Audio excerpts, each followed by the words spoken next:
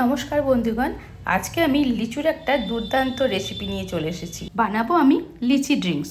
লিচু খেতে সবাই ভীষণ ভালোবাসি।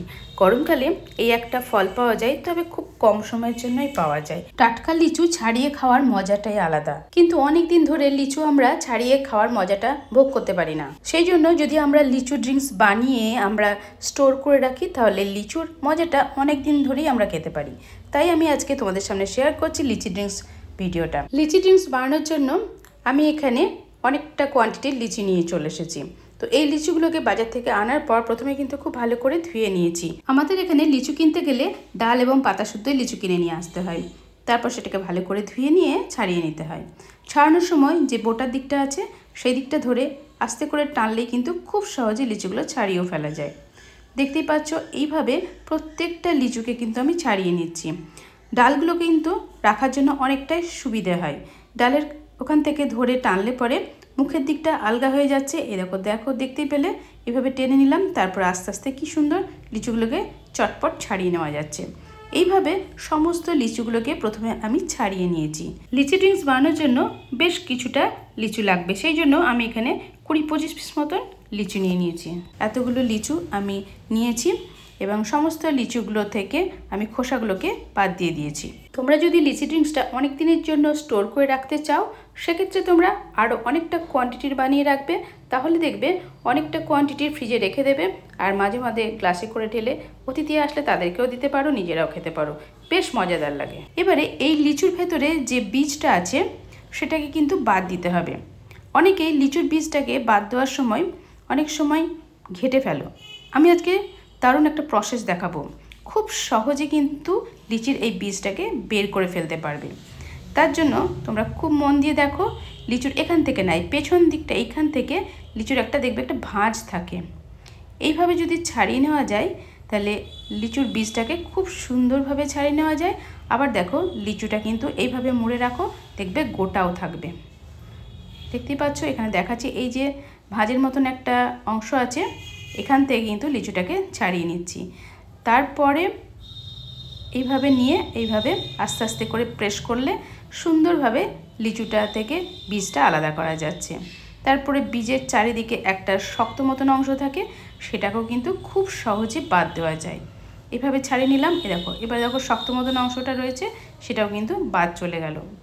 এই প্রসেসে আমি সমস্ত বীজগুলোকে ছাড়িয়ে নিচ্ছি। তোমরাও চেষ্টা করবে এরকমভাবে বীজগুলোকে ছাড়াতে, তাহলে দেখবে লিচুগুলো ঘেটে যাবে না, সুন্দরভাবে বীজগুলো তোমরা ছাড়িয়ে ফেলতে পারবে। এইভাবে ছাড়িয়ে যদি বাচ্চাদেরকে লিচু দেওয়া হয়, তারাও কিন্তু গোটা গোটা লিচু মনে করে বেশ সুন্দরভাবে খেয়ে ফেলবে।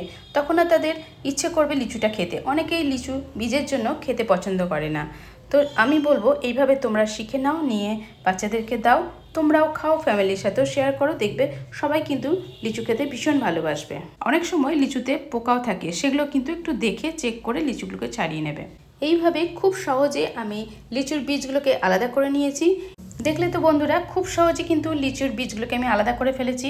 এইভাবে তোমরা নর্মালভাবে ফল হিসেবে খেতে দিতে পারো। তো আমার এইভাবে ছাড়িয়ে নেওয়ার পর এবার আমি লিচু ড্রিঙ্কস বানাবো। তার জন্য আমি মিক্সার গ্রাইন্ডারে একটা জার নিয়ে নিয়েছি। তার ভেতরে এই লিচুগুলোকে আস্তে আস্তে ঢেলে দিচ্ছি। এই লিচুগুলোতে রয়েছে প্রচুর রস। আমি এই প্রসেসে ছাড়লাম বলে লিচুর রসটা কিন্তু আমার বেশি ওয়েস্ট হয়নি। তো আস্তে আস্তে সমস্ত লিচুগুলো আমি জারের মধ্যে দিয়ে দিলাম। আমরা দোকানে গেলে সবসময়তেই কিন্তু লিচি ড্রিঙ্কস কিনতে পাই, তো সেখান থেকে আমরা কিনে খাই। তবে সেইগুলো তো অরিজিনাল পাওয়া যায় না লিচু ড্রিঙ্কস। তো বাড়িতে এইভাবে লিচু ড্রিঙ্কসটা বানালে কিন্তু খেয়েও শান্তি হয়। এই লিচুগুলো ঢেলে দেওয়ার পর এর ভেতরে আমি দিয়ে দিচ্ছি 2 চামচ পরিমাণে চিনি আর 1 চুটকি নুন, আর এবারে দিয়ে দিচ্ছি পাতিলেবুর রস। এটা দিলে টেস্টটা কিন্তু আরও বেড়ে যায়। পাতিলেবুর রসটা দেওয়ার পর এর ভেতরে আমি একটু জল অ্যাড করে দেবো। তবে বন্ধুরা, এই জলটা যেটা অ্যাড করব সেটা অবশ্যই ফিল্টারের জল নিয়ে নেবে, বা যে জলটা তোমরা খাচ্ছ সেই জলটাই ব্যবহার করবে। সমস্ত উপকরণগুলো দিয়ে দেওয়ার পর আমি এটাকে প্যাঁচটাকে আটকে দিলাম। আটকে দিয়ে উল্টে দিয়ে এবার আমি মিক্সচার গ্রাইন্ডারটাকে ভালো করে চালিয়ে নিচ্ছি। ব্যাস, এবারে আমার এই কাজটা কমপ্লিট হয়ে গেছে। চলে যাচ্ছি নেক্সট স্টেপে। এখানে আমি একটা বাটি নিয়ে নিয়েছি। এবারে আমি মিক্সারের এই প্যাঁচটা খুলে নিচ্ছি। খুলে নিয়ে এই বাটির মধ্যে দিয়ে দিচ্ছি একটা ছাঁকনি। ছাঁকনিটাকে উপরে ধরলাম, ধরার পরে এবার আমি লিচুর যে রসটা সেটা কিন্তু ঢেলে দিলাম। দেখতে পাচ্ছ ছাঁকনিতে ছেঁকে নিতে হবে। অবশ্যই এটা লিচু ড্রিঙ্কস হচ্ছে, সেই জন্য ছেঁকে ভালো করে চামচের সাহায্যে এইভাবে প্রেস করে করে দেবো। তাহলে পরে লিচুর যে শক্ত অংশগুলো ছিল সেগুলো ছেঁকে বাদ চলে যাবে। দেখতেই পাচ্ছ অল্পই একটুখানি বাদ যাচ্ছে, যেহেতু আমি ভালো করে ছাড়িয়েছিলাম সেই জন্য এইটুকুনি অংশকে এবার আমি ফেলে দেবো। এবার নিচে রয়েছে রসটা, এই রসটা দিয়ে হয়ে গেল লিচি ড্রিঙ্কস। এটা কিন্তু একদম ন্যাচারাল অরিজিনাল স্বাদের লিচু ড্রিঙ্কস। বাড়িতেই তোমরা তৈরি করে তোমরা ফ্রিজে স্টোর করে রাখো, অনেক দিন ধরে তোমরা এটাকে খেতে পারবে। তো এখানে আমি গ্লাসে ঢেলে নিলাম।